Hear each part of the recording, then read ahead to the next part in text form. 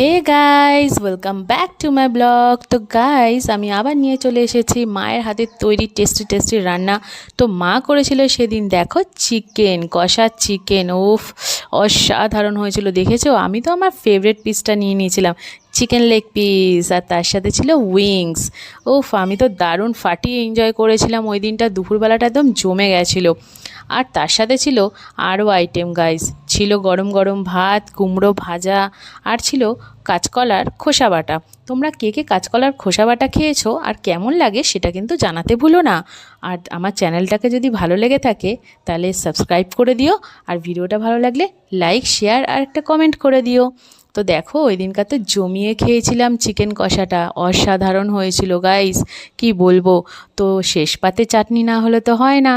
তো দেখো, আমড়ার চাটনি করেছিল মা। শেষ পাতে আমড়ার চাটনিটা খেয়ে খাওয়াটা কমপ্লিট করেছিলাম। তো আজকের জন্য টাটা।